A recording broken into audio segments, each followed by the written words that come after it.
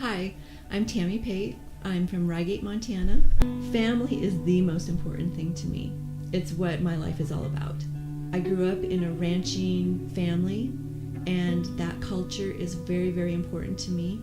And to preserve that and educate people about the things that we do and why we do them and how we treat our animals, and that animal husbandry is the most important thing to us as a family is very important. I grew up riding horses and competed in rodeos. My dad was a bulldogger, and he packed me all across the country. I did every event, barrel race, pole bend, roped, tied goats, cut cattle as I got into high school, and just always loved riding. My whole life was about horses.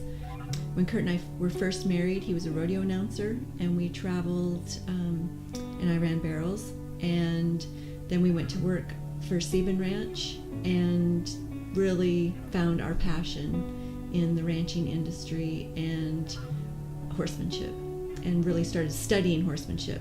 I always rode my whole life, but I was confident, but I really wasn't knowledgeable. And when we started really starting colts and going to some clinics and really studying horsemanship is when I really discovered true horsemanship. So I really loved the message that we want to make the wrong thing difficult and the right thing easy for a horse. But sometimes what I see is that we make the wrong thing unbearable, so that the horse is only coming to us out of trying to get out of that much pressure. So over the years, Kurt and I have really developed a different, maybe more holistic approach to horsemanship. That meaning that we take a more vitamin C approach versus a penicillin approach. So when you take vitamin C, you're really preparing for the future. So you're really thinking ahead, rather than waiting until something happens and reacting, which is more the penicillin approach. So if you have to take penicillin, the wreck has already happened. I mean, you're already sick. You're just trying to feel better. And sometimes, if you're not careful about the making the wrong thing difficult, the right thing easy approach, for instance, saddling the horse. If as you're throwing the saddle on, you don't notice that the horse is shifting its weight and getting ready to move a foot, and the horse all moves and the saddle goes behind the withers, or you don't get the horse saddled, kind of the thought is you disengage the horse's hindquarters, you move them around, you make that difficult for them to have not stood, and so then when they settle, you go back to it. But that's penicillin. You were late. You didn't see that that horse was going to move the foot. So the horse then, he's like, it's my idea to move, and I got to move. I didn't get the support to stand. So moving the horse around, kind of getting after him to get him settled again, is a more penicillin approach.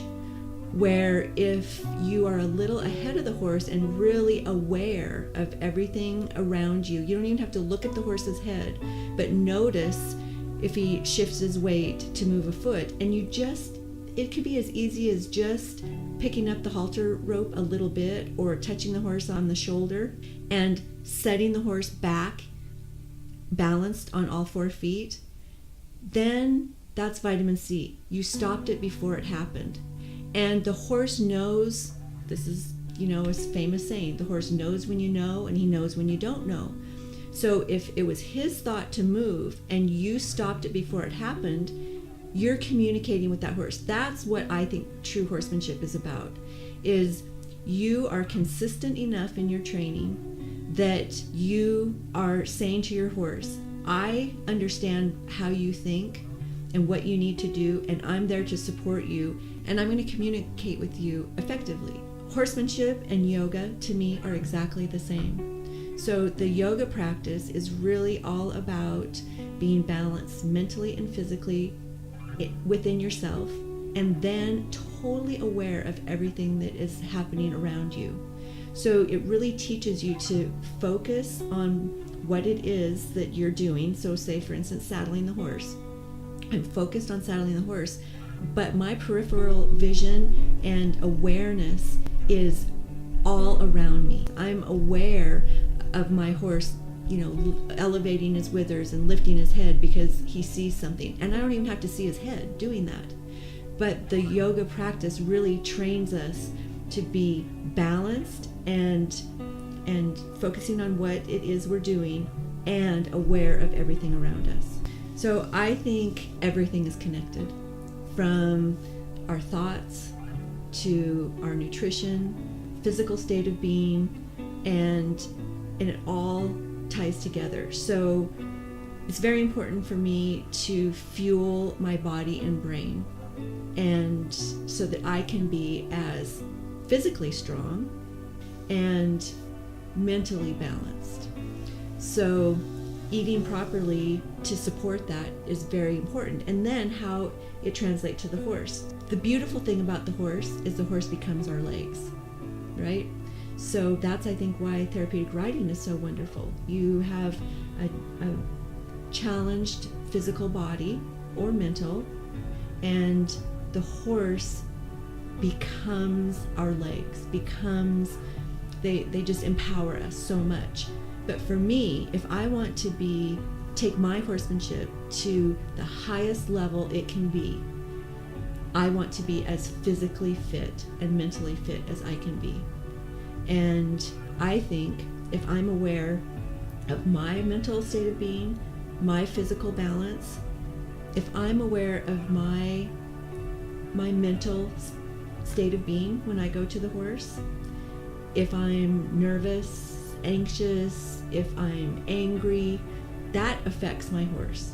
And through yoga practice, and breath, in just a moment of a 4-part yoga breath, we can go from being nervous or anxious or upset to a balanced mental state of being. And that's what we need to take to our horse, because they feed off from our energy. And they understand where we're at, I think, way more than we even give them credit for. And then the physical yoga practice is very important, because if I'm aware of myself physically, I can better understand what my balance or imbalance does to my horse. So it's just, the yoga practice is just truly bringing all of these things together to become a better horsewoman.